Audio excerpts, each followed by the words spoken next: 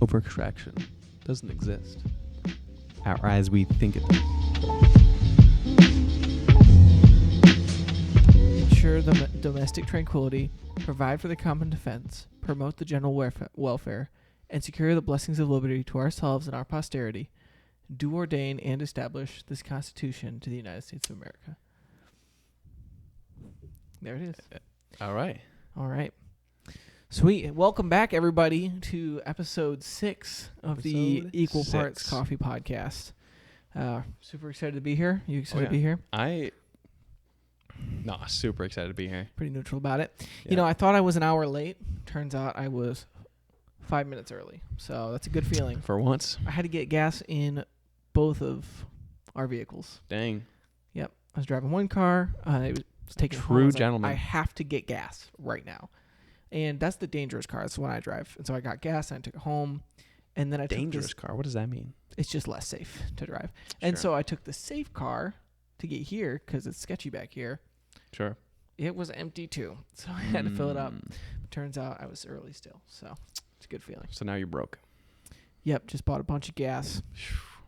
So. Crazy. Yep. Alrighty. All right. Cool. Well, it's snowing quite a bit now. Oh, and the day that this is coming out, I believe, is President's Day. Oh, so you don't say. Cool. I looked at the calendar, saw that was coming up. So that's what that intro is all about. No, unrelated. I was just. Oh. You said you didn't know the preamble, so I figured I'd tell you. Okay. Yep. Alrighty.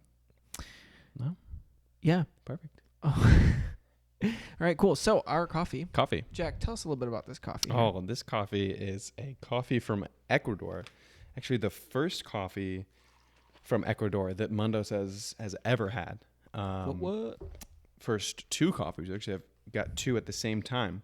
Part of our Heinlein collection here. So it's grown on the Maputo farm in La Perla, Ecuador by Henry and Verena.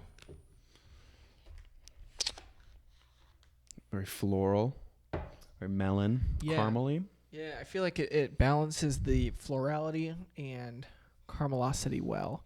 Caramelosity? Yeah. Is that? Yeah. Somebody fact check us, please. No, you don't need to fact check it. It's true. I feel like the texture is caramely, but it does have a kind of florality in like the finish or like in the. Do you know? Some of you might know when you're drinking something. You know how it makes the air in your mouth taste. What is that called? Is there a name for like that experience? Because you know what I'm talking about. Like the air in your mouth taste. Yeah, like you sip it and it's like there's like a fluffy part of the flavor. I feel like I'm making less sense. You talking about like as you're drinking it or after you swallow? After you swallow. I mean, that could be... Or like as you're finishing. There is a finish, and but... it's a taste. It's not like an aroma. It's kind of an aromatic air in your mouth from it. And I feel like that is floral. If anybody knows the actual name of that... If there is one. If there is one. Or if you want to make up one like Nick is doing, then... Oh, it's too hot. Can't do it. Floroma? Floroma. I like that. It's got a nice floroma in your mouth. You know what I'm saying? No, it does leave a very, very nice, pronounced, but not pushy floroma right there on your buds. It smells very nice. It's very, it smells almost peachy. I like it. Like every once in a while, you get a cup of coffee, you smell it, you know it's going to be a good time. Yeah. Okay, I think maybe finish is just the word I'm looking for. Yeah. Like the finish That's of the what taste. I was thinking. Kind of what it leaves in your mouth is floral. The mouthfeel it leaves. But well, the texture while you're drinking it is caramely, syrupy, and then the finish is kind of floral. We brewed this coffee actually a little bit differently than we normally would in the cafes. Actually brewed it on the Oria V4. I got this brewer for Christmas or my birthday, one of them. They're close together. I can't remember which one, but it's not important. That's how it goes when you have a birthday next to Christmas. This was a gift from my wife. This brewer is cool because they actually have interchangeable bases. So modular design, I like it. It is a modular design. So like this can come off. This is their like fast flow rate base, but you can put different ones on for a different brew style. This is what I opted for, but did a 1:16 ratio, so a little bit thinner to kind of highlight the florality of the coffee a little bit more. Amazing. But it's kind of what we went for. Super good. Cheers. Yeah. Nice. Cool. So today we figured, last week we kind of went over like the basics of coffee processing. Yeah. And we were like, wow, that was probably pretty helpful for a lot of people. Hopefully. So we figured we would talk. This topic is very complex. This word is used quite often in coffee brewing, preparation, all of that. And it's kind of like vague what it means, unless you really know. And that word is extraction. Extraction. So basically, what are we talking about when we're talking about extraction? Extraction is the process that happens when you add water to coffee grounds. That's where you get all the flavor from, all the color. Yeah. Yeah. That's good. That was good. Yeah, that's even more basic than I was expecting. That's very You know me, just a basic guy. Simplified. That was great. Yeah, I mean if you know English, you know what to extract means. So yeah. It's pulling the things out of the coffee particles. There's a lot more nuance to it. There's good extraction, bad extraction. Yeah. So what is kind of like good or bad extraction? I mean, good extraction means you've got just the right grind size, mainly grind consistency more than grind size is important. Water quality. But you've got everything just right where you are pulling just the right compounds out of coffee, because coffee is very complex, and we've touched on this in previous episodes, is that there's just a lot going on there in coffee, especially after you grind it. So if you are extracting it in just the right way, you get amazing flavors out of it. But there are ways to easily, extract maybe for too long, or you pull out of different flavors out of the coffee that are less appealing, more bitterness. Yeah.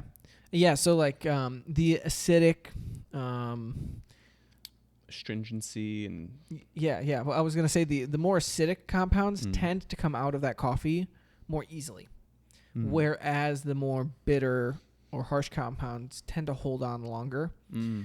So that is why if you were to like be pulling a shot of espresso, if you guys have an espresso machine at home, this is like a super great example. Halfway through pulling it, swap cups. Just like, sneak it in there. And then taste those two things separately. Because put together, it's going to have a pretty tasty shot. But if you taste them side by side, you're going to notice that first shot is going to be, one, very thick and very sour. And then that second shot is going to be very thin and very bitter. How do you go about like telling the difference between sour and bitter? Because it can be kind of hard, honestly. I forget how hard, because when I first got into coffee, it's hard for me to tell the difference sometimes. Yeah, I mean, a lot of times, especially when tasting espresso, it can be both. You can taste sour and bitter. But a lot of the times when coffee maybe is too sour or maybe hasn't extracted for long enough, obviously it's got some sourness to it, always going to have a little bit of bitterness to it. But more than anything, it's just kind of lacking in flavor. So it's sour and just kind of hollow a little bit. And that's the only flavor you get from that. Versus bitter would be, yes, it's bitter because there's almost too much going on. You've got flavor going on in there, but it's masked by the bitterness of the cup. Whereas it is also flat, but not nearly as hollow as a shot that would be sour would be. Yeah. Yeah, and I would also say sour tends to be kind of very simply, if something's sour, it's kind of front of your tongue, kind of makes you like pucker, and it's like, Yeah. Bitter tends to be like back of your tongue, kind of a lingering, like, bleh, So if you're going sour, bitter, generally for the way that coffee will taste in your mouth. Yeah. Or bleh. Write that down if you can. How do you spell that? No. Figure it out. No. Yeah, you figure it out. All right. Okay, to get into the... Hang on a second. I just realized. Sorry, everybody. We were gonna do something. We're getting too serious. I know. Here. I was Serious just here. ready to take it away. You know, let's just. You guys were gonna let me just talk forever about all this. We'll get back into extraction in just a second. Jack had a list for me. So what are we gonna do here? Well, let's have you rank coffee origins blindly. Without a blindfold. Without a blindfold. Okay. No. So I'm gonna tell you. Okay. There's a lot of countries that grow coffee. The origins, and I'll have you rank them out of 10. 1 being your favorite, 10 being your least favorite. Are you ready? Okay. Yes, I'd first like to get out a disclaimer. I haven't had, copious How many amounts of coffees from every country in the world. So this is based somewhat on my experience with the coffees that I've had from those countries, which for some may be kind of limited.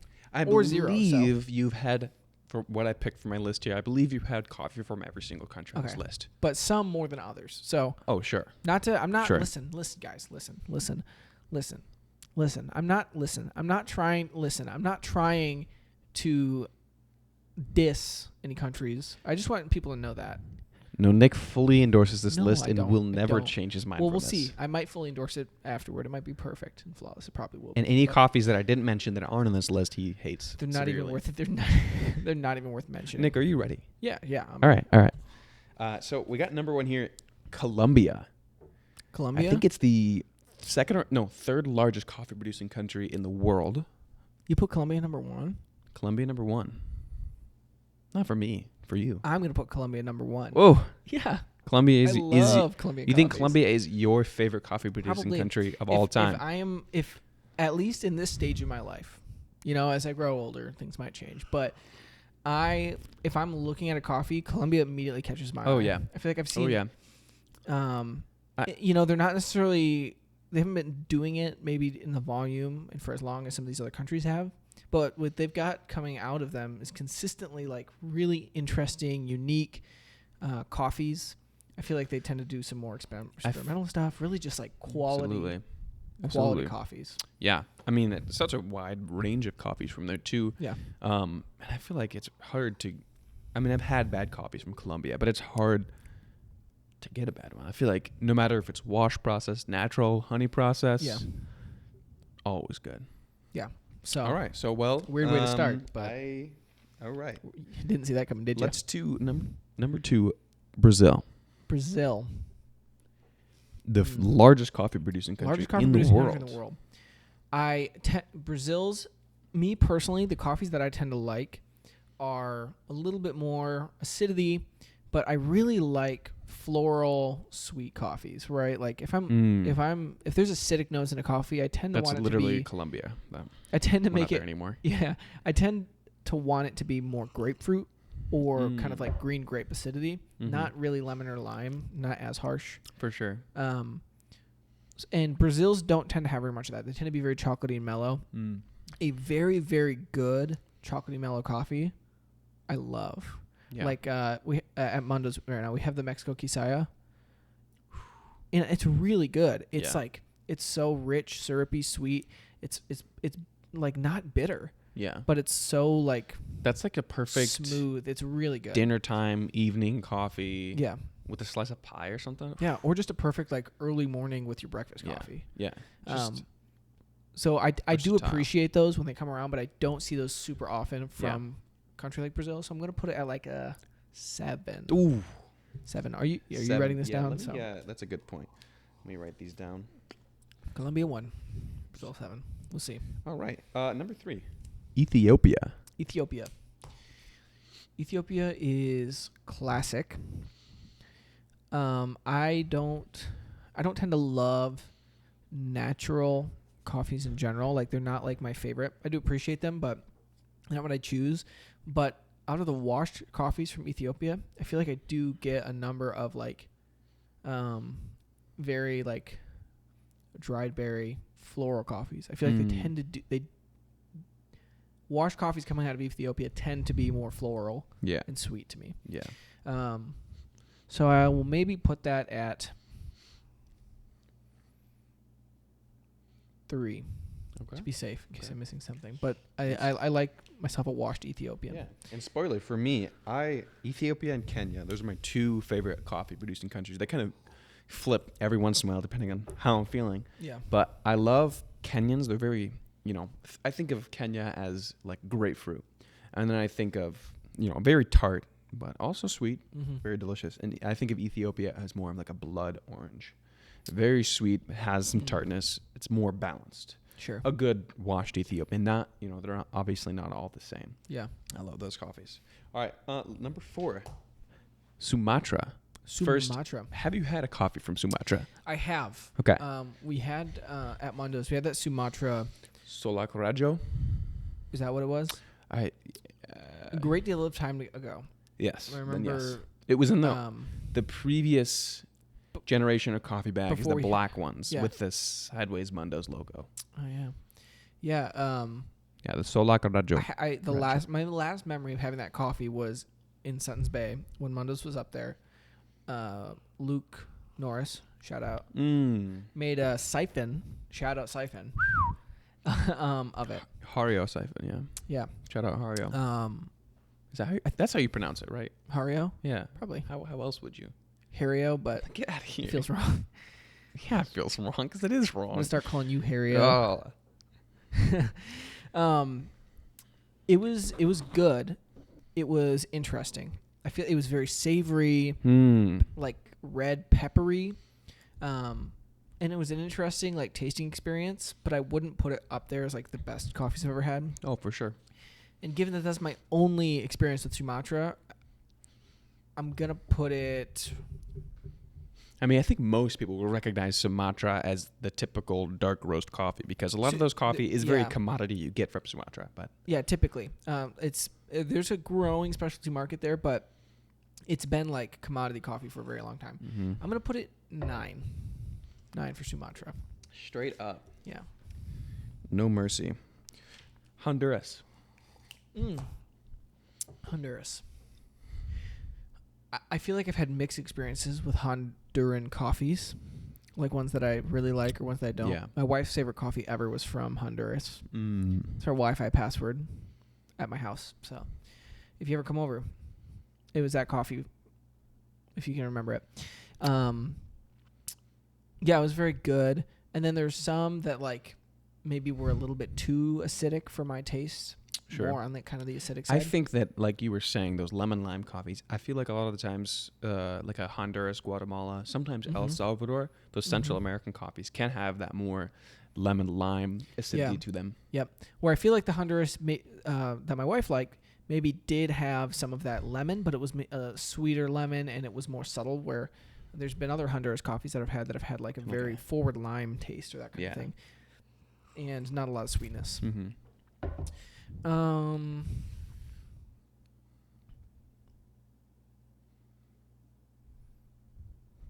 Where did they put Brazil? 7? Can't tell you. Yes, you can. Brazil is number 7. Yeah. I'll put Honduras at 5. A 5. Okay. Put it at 5. Okay. Right. I can see that. All right. Peru. Sure. Peru. I'm trying to think here. I feel like my experience with Peruvian coffees has been similar to Honduran coffees, but in different ways. But like the way I feel about them is similar. Peruvian coffees tend to like be chocolatier than I maybe want. Like too much chocolate? Is that a thing? When it comes to coffee, yeah, mellower than I want. Like I feel like they have some like hints of maybe some brightness or acidity or sweetness, but they don't deliver it the way some other countries do, and they tend to have like a heavier body. Oh, sure. You know? Yeah. Not that there's anything wrong with having a heavy body. Whoa.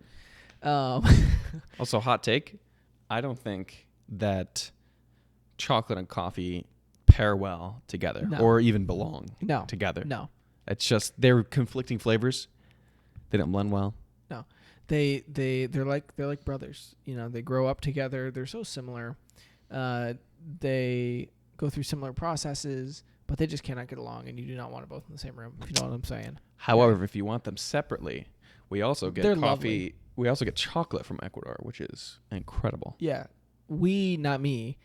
Mundos. Mundos has chocolate from Ecuador. Yes. It's Really good. So enjoy those separately, but they're both delicious, not together. Yeah. I mean, you can, but like absolutely smash your cup of coffee and then just like cram a chocolate bar in your mouth. Yeah. I mean, and I see those like aesthetic videos videos on Instagram where they're pouring espresso over the chocolate bar, melting it. It looks cool, but the end result, you're not going to be able to taste the espresso nor the chocolate. So what's the point? Yeah. I don't really get it. I'm probably like making some people bad right now. Yeah, probably. And I'm about to do that a little bit more. I see love these you guys things, and I love chocolate and coffee. You do you. I just really like them both a lot. Yeah. To where I like them on their own. Yeah. I see these things where it's like my guilty pleasure with espresso is like, and they'll like melt espresso over this really waxy looking milk chocolate. And it's like, do you have taste buds? Yeah. How's that your guilty pleasure? I don't understand. Just like, I don't get it. Anyway, crazy. Moving along. Peru. I'm gonna put it at 6. Playing it safe. What do you mean? I don't know. So first of all, let's briefly go over your ranking so far. So we have Colombia at number 1. Yeah. You got Ethiopia at number 3. Okay. Honduras number 5. Peru number 6. Brazil number 7. Sumatra number 9. Okay. So that means you have 2, 2, 4, and 8. and 10 available. 10. Okay. Next up, we have Kenya. Ooh. Kenya, dig it?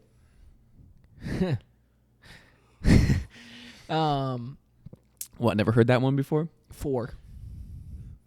Disrespecting my boy Kenya here. I guess that's the only one. That's the highest ranking you have left. No, I'll I give have you a 2.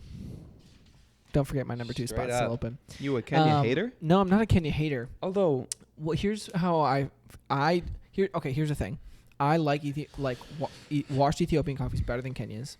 So I'd say probably the same. Me, I can't put it above Kenya. That's just wrong. Yeah. And I think maybe there's another country that I could logically squeak in a number 2. We'll see what happens. We'll see how this plays out. I really like Kenyans. They tend to be very orangey, kind of like spice Almost tastes. always citrusy, yeah. Citrusy, but I feel like they tend to be kind of tomatoey in their acidity, which some coffees it's really good and some I don't like as much. One thing I will say about Kenya is that there's a lot to do with this we could probably delve into at a later point. Yeah, we could probably have an whole episode on Kenyan coffee. But Kenya coffees, I've noticed as of late, have declined in taste and quality. I watched a great video, if you guys want to watch a video, by April Coffee. Ben Law recommended it to you? Ben Law recommended it to me. Shout out Ben Law. Shout out Ben Law. I know you're 3 episodes behind, but when you catch up, you'll see this. Shout out April Coffee. It was a very entertaining video. I'm sure that, that was a while ago, so I'm sure, the climate over there has changed. But there's just a lot of different things that impact why that's happening. But I would love to see some amazing new Kenyas. So, Kenya ranked at numero 4. All right. Okay. Are you ready? Yes. Mexico. What do I have available? You got number 2. You have 8. And 10. Shoot. 2, 8, and 10. Shoot. Okay. I actually think that I like Mexican coffees, but I've had more really good Mexican coffees in Brazil, but I'm going to have to put it below Brazil. I think number 8. Right, because Brazil was 7. I feel like there are amazing Mexican coffees, and those are whenever you do see a Mexico coffee at Mundos, it's going to be one of those really delicious ones, like Fabian the Mexico Cayetano. Quisaya, the Fabian Gitano. I believe that's how it's pronounced. It's been a while. You would know not better than me, so. But there are a lot of coffees from Mexico that are very Guatemalan-like that aren't particularly very interesting to me. So that's why we don't have very many Mexicans that often. Did you notice that subtle jab at Guatemala? Jack just threw No, out? okay.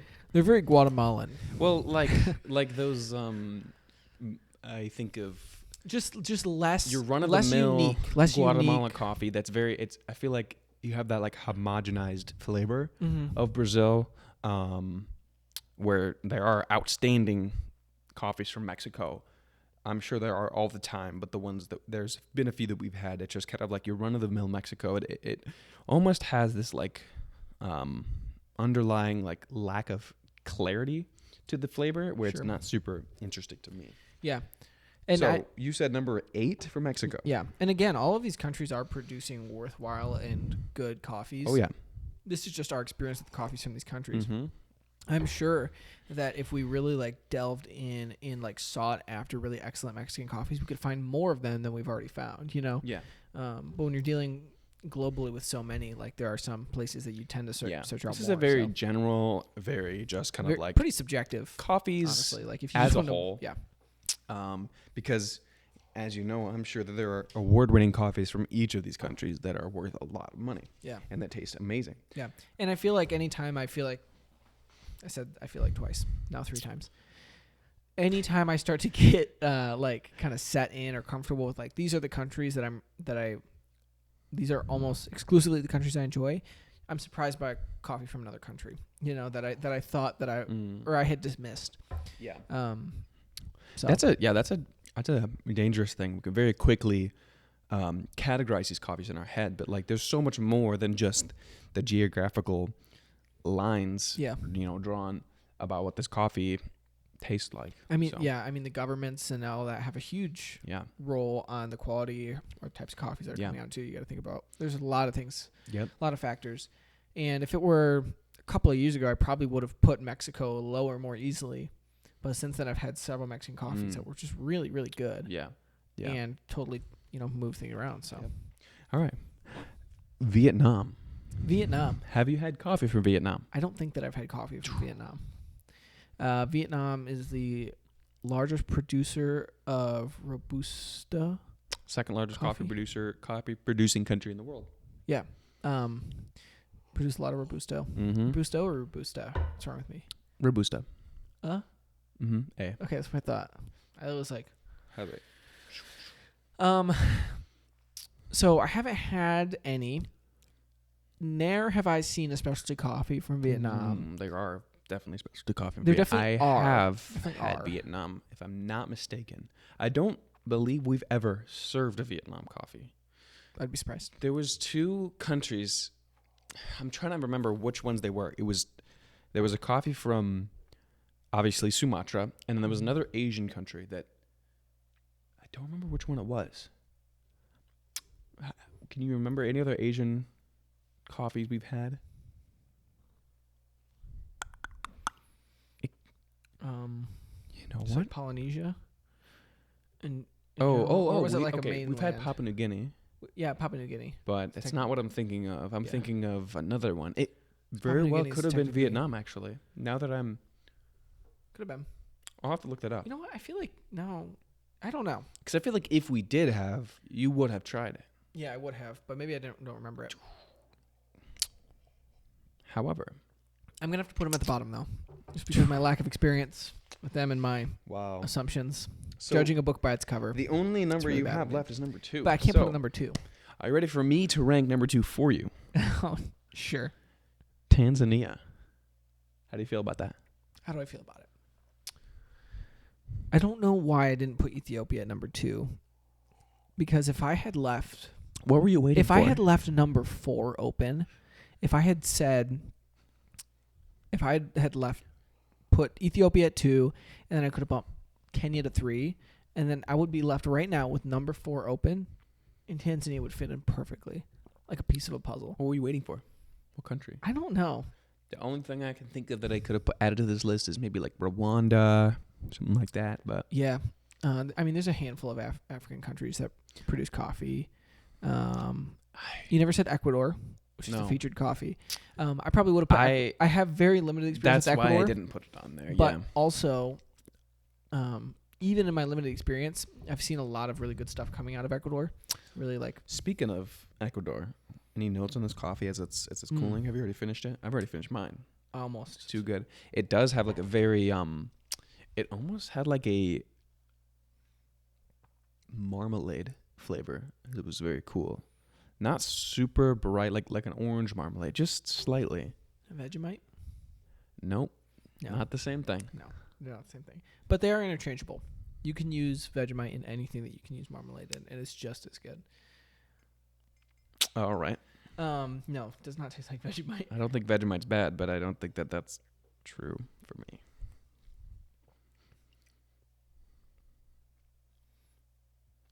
blue flower. Like a little bit of a blue flower. What? I don't know what kind of blue flower, but like I'm Corn tasting a flower? little bit of florality, and that flower has Blue? blue petals. Which is that even possible? I'm pretty sure blue doesn't naturally occur in plants in nature. What are you talking about? There's plenty of flowers that have blue. I don't know. Yeah. I'm pretty sure it's like a specific type of purple. Cornflower. That's blue, isn't it? I thought I You gonna read look it up? something. I'm going to. You can be wrong. There's 100%. There's purple flowers. So there's got to be that's blue what I'm flowers. saying. So I saw a picture of a blue flower there. no, look at these though. What? That's blue. They're pretty purple.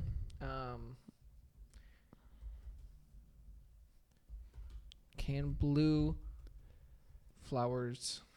Do blue flowers exist? This guy. They are relatively rare in nature. I thought I remember sure. reading something like several years ago, and then I was like doubting If you've myself. ever that they played existed at all. Minecraft, blue flowers exist. Well, clearly my web browser knows me because I was typing "do blue flowers" and it said "spawn during the day."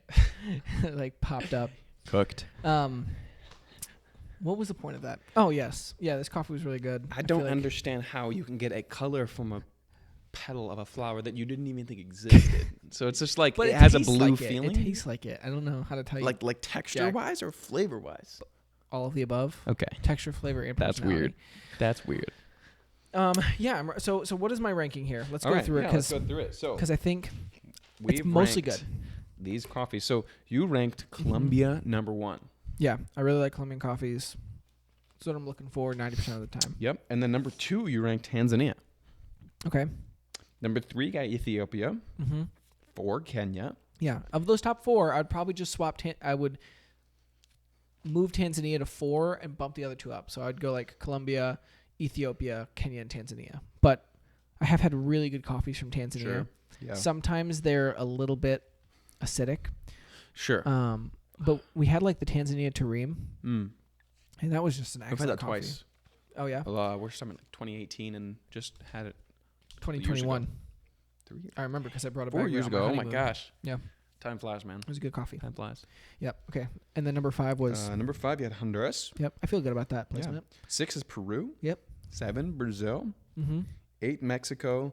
9, Sumatra. And 10, Vietnam. Yeah, pretty good. I'd probably just switch Mexico and Brazil. You're pretty lucky there. Yeah. You don't have any like lifelong regrets with that No list lifelong regrets. All right. Yeah. Well, that's great. Perfect. Anyway, guys, I hope that was fun. Hope that was worth interrupting what we were about to get into extraction for. Now you know blue flowers exist. Now you know blue flowers exist, and you can taste them without even knowing that they exist. I can taste them in my mouth right now. I don't. What? All right. So, extraction. What was I about to say about extraction? You know?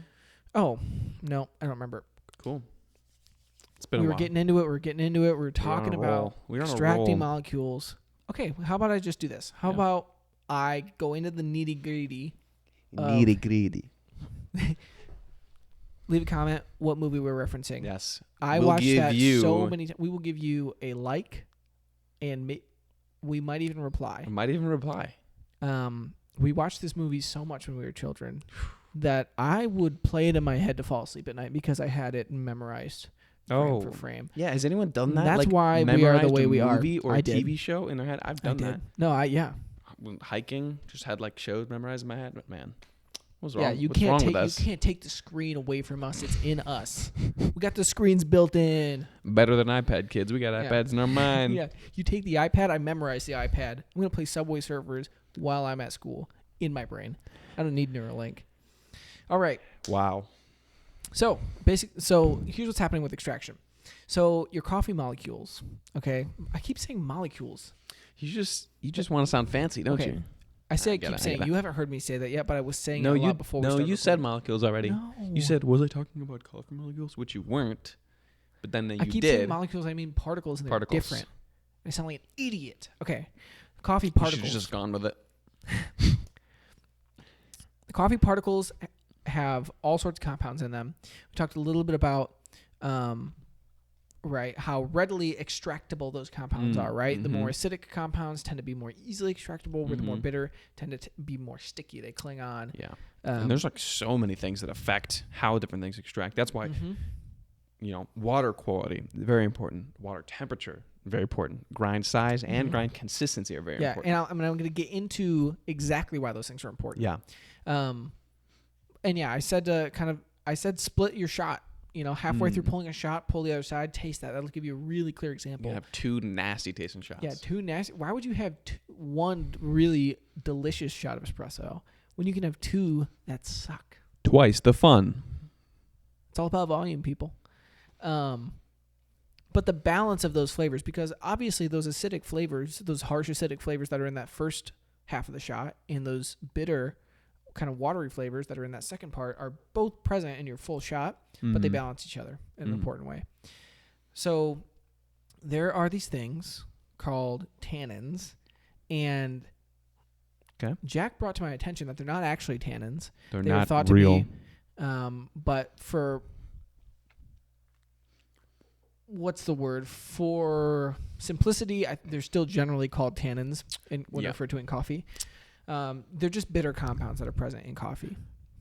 Yeah. And those are the things that tend to not be very easy to extract, but are possible. And they have a hugely disproportionate effect on the way your coffee tastes. So just a few of them can really wreck your whole So if your coffee is over extracted, that's kind of what that means. Yeah.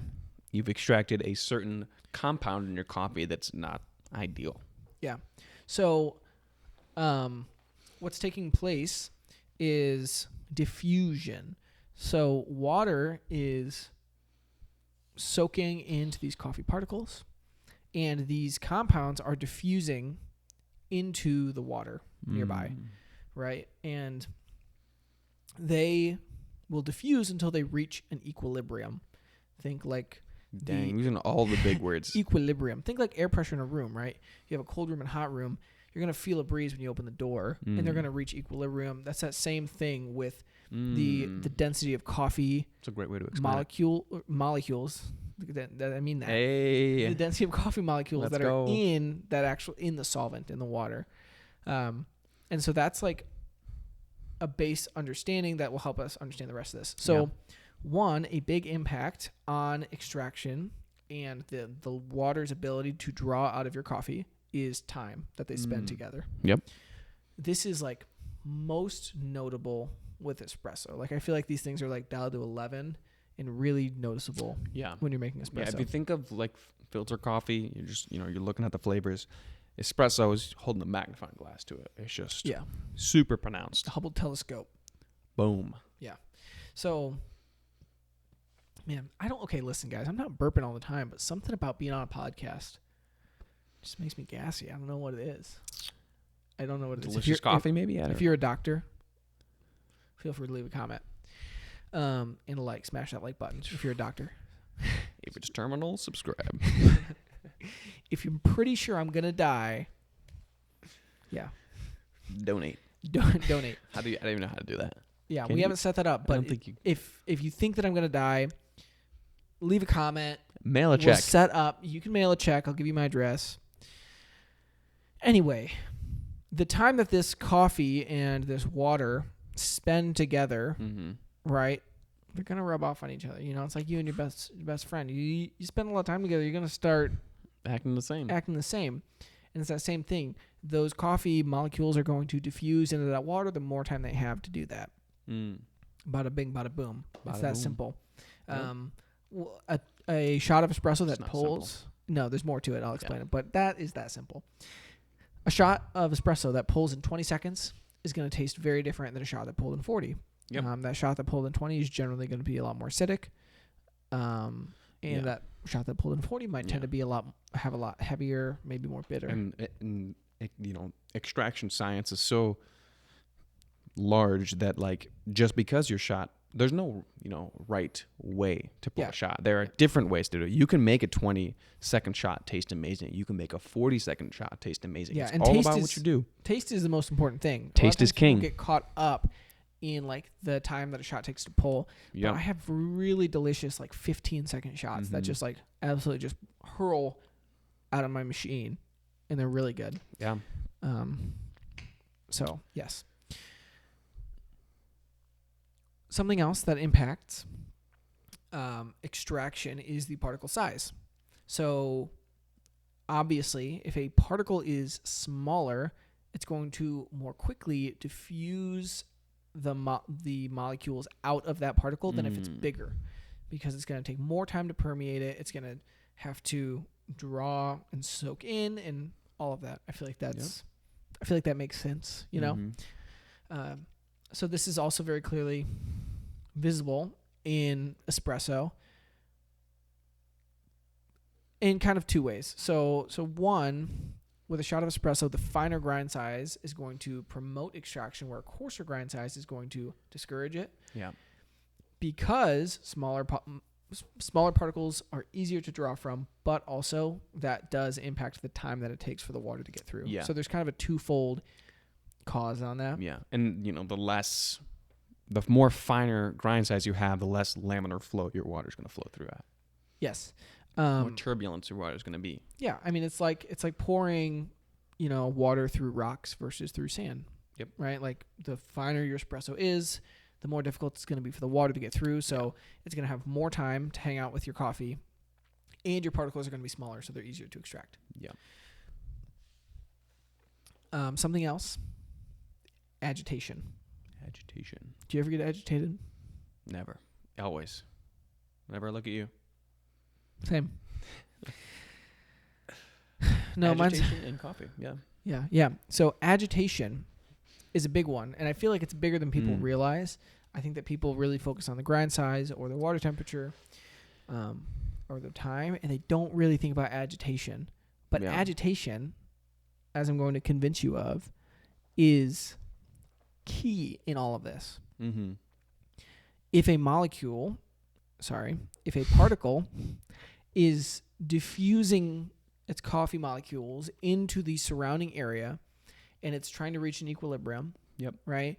It's diffusing into that water, and once it reaches that equilibrium, there's no fresh solvent to continue extracting, right? It's just kind of extracted. So what's going to encourage it to continue to extract? Fresh solvent. All right. Sorry to our audio listeners, especially because you won't notice this change.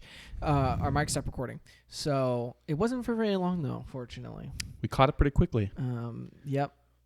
We only lost the most important part of the podcast that will be lost to time. Lost to time. We'll never hear And I've already forgotten what it is. Basically, what happened is I made a your mom joke, and Jack lost his mind and attacked me physically. So we just figured, let's cut that. Don't talk about my mom. I don't let's cut that out. No. So where we were talking about was agitation and the role that I was plays. agitated. Yes, Jack got agitated. Crazy. The role that it plays, and it is kind of that mover for get it, for everything that kind of happens with extraction. So there are two ways that agitation can take place. One, by pouring. Making up your mom joke. I'm done. There are three ways. Sorry. Actually, four. The fourth one Jack is discovering right now. Yes. So when you're pouring your water in like a pour over or a brewer, you are agitating it. You're moving that coffee around. But what's happening is, right, your coffee particles are diffusing into the nearby water, and then that water is actually getting flushed away by fresh water. Yeah. Great movie. Oh, flushed away. Yeah. I was like, fresh water. Bring Is back that a movie? Claymation. I haven't seen it. Was that claymation? I know, but I think it was. But it does look like it, doesn't it? Stylized to be claymation. Yeah. Kind of like early Wallace and DreamWorks. Gromit, which was. It does kind of. It does. I feel like stylistically, it does share a lot with Wallace and Gromit. Yeah, it's like stop It's motion-esque interesting. type of Yeah. footage. Well, and just like the slower shapes frame of their rate. people, and Yeah. maybe it's just because they're both British. I don't know. Like Probably. Okay, I'm gonna stop there. Anyway, We got a couple listeners from Britain, I believe, UK. Or unless it's somebody from the US using a VPN, we don't know. I don't know. However, let's continue. Anyway, right, that fresh solvent is flushing that away. It's flushing away that saturated water, and it itself is being saturated. So that promotes that entire process, right? In a full immersion brew, which is something like a French press, AeroPress, that style of thing, where all of the water that you're going to be using is already in there. It's steeping. You're not getting fresh solvent to help. What was the word? Diffuse that coffee into. Yep. So one way that you can do that is agitation. So some agitation will help move that around. It'll help encourage the extraction. Yeah, nice even extraction, especially if you have all the water all at once. And help that water to diffuse all of those particles out of the coffee. So it is really a key thing in all of this, because that fresh water in a pour over is going to help, is going to pull out from, no matter the particle size or the time that it spends, right? Like that is the movement, that is the action that is causing extraction in the first place. Yeah. And I order them this way because the last one is temperature. And it's really interesting because before I learned this, I wouldn't have necessarily thought of it this way. But the reason that temperature has such a big impact on coffee extraction is because the molecules in hot water versus cooler water are moving differently. Yeah. Correct. Yes. I learned this in school. Which I knew that. I knew, right? Hot water, the molecules are more excitable and they're moving around more. And what that does is actually promotes the diffusion process. So it's like agitation because of heat. Because of the heat. Yeah. In a sense, on a molecular level, that water itself is agitated. Crazy. You're just putting angry water all up in your coffee, and it's just beating the crap out of your particles. Yeah. So hotter water obviously is going to have more movement in it, and it's going to help the particles or the molecules in the coffee diffuse throughout the body of the water more quickly. But can you have too hot of water? Steam. But wouldn't, like, I'm thinking of like boiling water. Would that over extract the coffee, you think, because they're moving too fast? It's not obviously not going to be boiling when you pour it on the coffee, but 212. Yeah. After you take it off. There is one. I feel like there's a common misconception. Maybe 10 years ago now at this point, was that you could kind of scald your coffee by using too hot of water or kind of get a burnt taste. Yeah. That's not really a thing. Sure. I mean, that makes sense to me. You're roasting coffee 300, 400 degrees. You're not scalding it at that point. Yeah, you're not going to scald it with boiling water. Yeah. But that was kind of like what was being thrown around. Okay. And I don't fully know exactly. We're not scientists. Yeah, no. I'm not a scientist. I'm just a guy. Honestly. Just a regular guy. Just a guy. Trying his best. Just doing my best. Could do better. So what happens with that is obviously that hotter water is going to have more excited molecules and it's going to extract more. Yep. And so I don't think that boiling water is going to, it'll over extract more quickly, but I don't think it necessarily means it will over extract entirely. Yeah. Just depends on what else you do with the brew. Yeah. I don't fully understand why, but I tend to prefer slightly cooler water brewing my coffee. I mean, one great example of temperature not, being the only factor in extracting coffee is cold brew. That's room temperature water or cold water. Those molecules are moving slower. So you just need to extract in a different way, slower, to be able to get a similar flavor. Yeah, you're getting no agitation. You're using like cool water, but you're just giving it a ton of time. Yeah. Yep, a lot of time. So I don't fully know besides just the excited molecules and they're promoting diffusion. I don't know what like off the boil versus 200 to 212 degrees is gonna make a difference. But I wonder, I do tend to prefer it on that lower side. Yeah, I wonder if like those different temperatures can affect how I mean, I'm sure they do different compounds extract at different heat levels. Probably. Those tannins or pseudo tannins Mm-hmm. out of the coffee. Yeah, for sure. And also, there's something to say about your tongue's ability to taste at different temperatures. So it's possible that part of that is maybe it's just more drinkable right away, and you can taste more in it right away versus having to wait. Yeah. But I think there is a little bit more going on there. I mean, there's got to be a fully understand reason why the SCA has a standard of between, I think it's 195 to 205. Okay. 10 degree range there for most. And I think you make great coffee in that range. So why would you go outside of it unless you're, you've got all of the other variables unlocked. Yeah.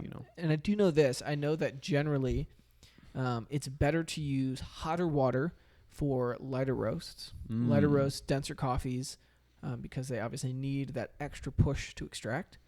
Whereas darker roasts or decaf coffees tend to do better with a lot cooler water. They're going to be tastier because they're more. Both decafs and darker roasts are a lot more porous. They're a lot easier to extract from, so you want cooler water. Roast it long enough, it's just going to dissolve in your water. Don't even have to grind it. Skip the middleman. Instant coffee. Well, in the world, why aren't we just? Well, that's Mix not it with just your saliva. That's not what instant coffee is. Instant coffee isn't where they just turn coffee into ash itself, so it's completely dissolvable in water. What? Can you tell? I've never had instant coffee. That's not true. I have. I have, yeah. You said you had instant coffee with. I've had Mundos coffee. Mundos before, right? instant coffee. Yeah. Mm-hmm. Yeah. Episode 1. That was a throwback. Man, that's been so long since episode 1. Last year, man. Man, I don't even own any of the same sweaters that I owned back when we recorded episode 1. I'm gonna need to get some more sweaters. I'm gonna run out. This is the same sweater. It's a joke. I'm aware. If you're an OG, I made it look. I don't know if it was perceivable. Um, Definitely not to our audio listeners. Yeah, so that's why temperature matters. So to hit those again, time that they spend together, the size of your particles, which reminds me, there's a sub note on that. Time, size of your particles, agitation, movement, right, and the temperature of your water. Particle size distribution, meaning the range of sizes that you're actually dealing with, matters a lot. And you touched on this a couple of times. Yeah. Grind consistency. There's a couple ways to do that. Either get a great grinder to have great grind consistency, or they make sieves. What's that one company that makes? Do you know what I'm talking about? It starts with a K, I believe. Does Groove make one? Yeah. I think Fellow also makes one. Oh, okay. I could be wrong. But basically, if you have a lower quality grinder, that when you grind your coffee, you're going to notice you have really small particles, and then you've got really big particles. So that means you have a less grind consistency. They're not very uniform. Which, when brewing coffee, that can be a bad thing because you're pulling different flavors from the small particles and the big particles. So you want to have a nice, even extraction. You can either get a better grinder or you can get a sieve, which will kind of has a bunch of layers, which will filter out the smaller and the larger particles. So you can have that nice middle of the, get rid of your really fines and your really coarse beans. You have it's a more cost-effective way to have a better it is extraction. also a little bit more wasteful and a little bit more time-consuming. Sure. So if you're really interested, I would recommend getting just a good, consistent grinder. Yeah. I think even then, people will use a sieve, even if they have a nice, high-quality grinder, because they're never going to be 100% the same size. When you're crushing something, there's always going to be shrapnel, right? Like there's always going to be little particles that break off, so you're always going to have fines. Exactly. And I think when you brew probably like one of those really expensive, Panama coffees that auction for thousands of dollars a pound, that's probably how they're going to brew them because they want to get the most out of the cup. Yeah, that's why I like paper filters with espresso, is because it gets rid of those fines, whether with really quality or like mid-grade burrs or mid-grade grinders. Like a blade grinder that a lot of people have at home, you can't do anything with it. It'll make your coffee smaller than it was before you put it in there, but it will do it however it wants. It's like, listen, I'm going to get the job done, but I'm not going to get it done well. You might have half beans. You're going to microscopic particles. Yeah. There's zero way to control your grind size. You can just do it for longer, but even then you're going to have the variation in your grind size is going to be so wide It's going to be really hard to get a really good cup out of it. I would say if that's part of your coffee setup, the very first thing I would upgrade would be your grinder. Yeah, I would recommend getting your coffee ground at the shop before using a blade grinder. For sure. But I also don't getting your own grinder that's decent is the best option. Yeah.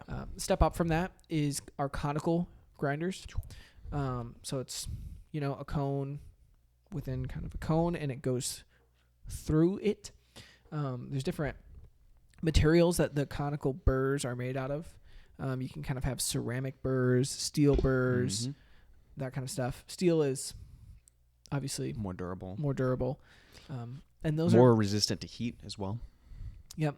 And not to get into too much grinder detail, but those are, I feel like, a really good entry for home, but they're not the best. I have one for espresso, and the reason is because there's a lot of reasons, but I'm going to just say the one thing about it is the finer you get, obviously the smaller the range of how big your particles can be is. Right? If you're grinding this coarse, you could have particles anywhere in here. But if you're grinding this coarse, they're not going to be any bigger, and they're only going to be in this range. If that makes sense. Yep. So with a conical burr, yes, there are better. When I'm dealing with espresso, I'm grinding on the finer end, so it makes less of a difference, and I'm using a paper filter. So I can get really, really delicious stuff at home, even though my grinder is not as expensive. Yeah. Now, there's flat burr grinders, and that's where the money starts to come in. These are very expensive to machine. Top shelf. Not all burrs are created equal. No. I mean, put that on a t-shirt. Yeah. You get into different burr manufacturers who are doing different qualities. Fellow themselves, they have an O Gen 1 and they have an O Gen 2. They did a lot of work to improve their burrs and release them in the O Gen 2. I bought the Gen 2 burrs just to put into my Gen 1 because they're that much better. So these are flat teethed blades, right? They're face to face, and they have a lot of uniformity in what they're grinding, and they have a lot better grind size distribution. Yeah. Than conical, and the better your burrs are, the better their grind size distribution is going to be. It has a big impact on the cup because those fines are going to kind of muddy up the cup. In terms of flavor, they're going to make it cloudier. They're going to make the flavors less delineated, less clear. And delineated. And those really tiny little tiny particles on your tongue actually add to the astringency, add to the bitterness on your palate. Again, that's why I like to filter my espresso, is because when I do that, it actually gets rid of all of those fines that would otherwise rest on your palate. Crazy. Yeah. So one other thing. We're talking a lot about extraction. Yeah.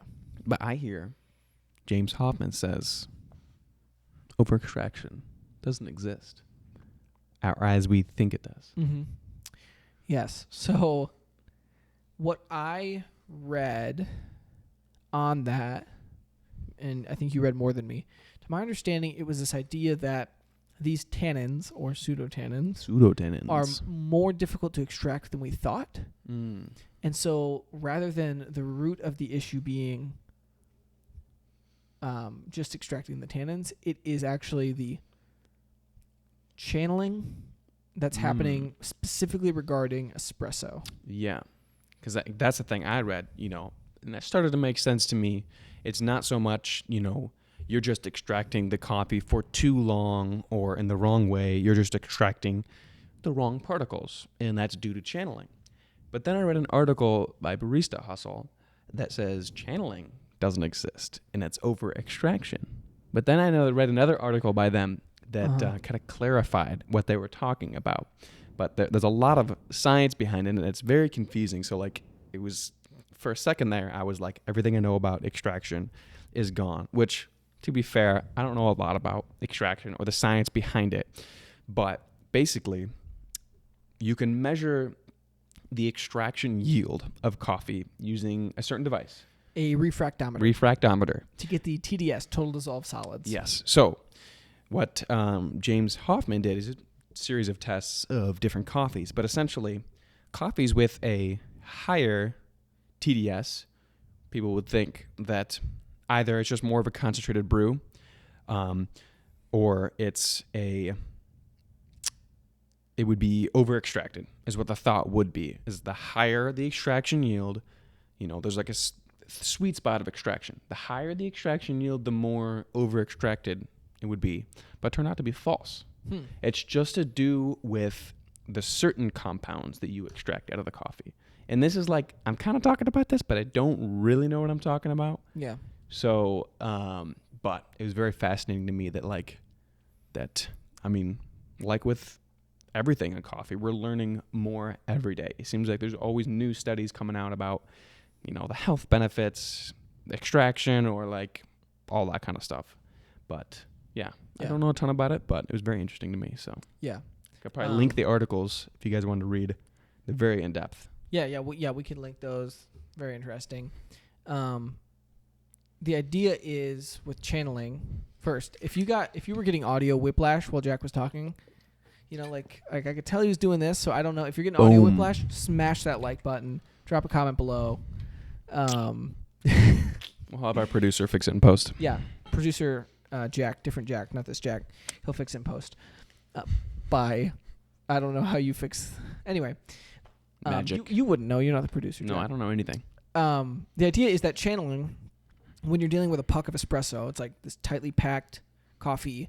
Water finds a path of least resistance through your coffee.